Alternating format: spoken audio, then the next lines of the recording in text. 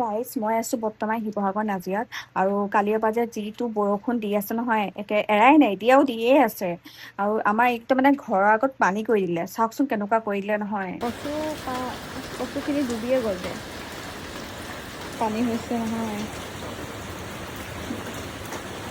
কেনেকৈ যাম নহয় তুমি মাছ ধৰিবলৈ যোৱা কেইজনী মাছ পাবা তুমি সেইবিলাকতো হৈছে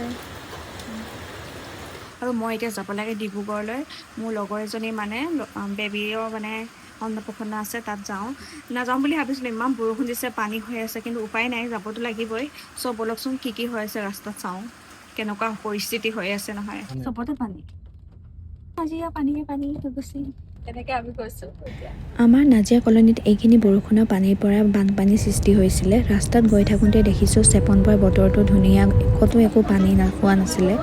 আমি ধুনীয়াকৈ অন্নপ্ৰসন্ন প্ৰগ্ৰেমটোত পালোঁগৈ চাওকচোন বেবীটো ইমান কিউট হয় আমি তাত অলপ দেৰি থাকি ঘূৰি আহিলোঁ এতিয়া 8টামান বাজিছে দেখিছোঁ আগতকৈ আৰু পানী হৈ গ'ল আমি ইমানো গম পোৱা নাছিলোঁ যে ইমান পানী বাঢ়িব বুলি কোনেও ন'টিচ দিয়া নাছিলে গভৰ্ণমেণ্টৰ পৰা এলাৰ্টো কৰা নাছিলে আৰু আমি ৰুমত পাই দেখিছোঁ ইমান পানী হৈ গ'ল নহয় ভাবিছিলোঁ অলপমান কমি যাব বুলি পিছত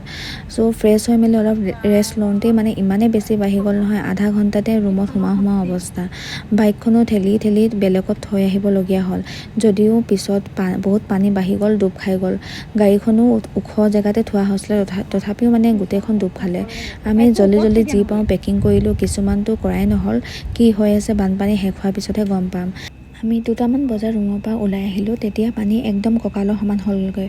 আৰু আজিলৈকে জীৱনত এনেকুৱা বানপানী কেতিয়াও পোৱা নাছিলোঁ এনেকুৱা বেয়া পৰিস্থিতিত সন্মুখীন হ'বলগীয়া হোৱা নাছিলে এতিয়াহে উপলব্ধি কৰিবলৈ পাইছোঁ যে বানাক্ৰান্ত মানুহৰ কিমান যে কষ্ট হয় আগতেতো অকল নিউজতে দেখিছিলোঁ এতিয়া নিজৰ লগত হৈছে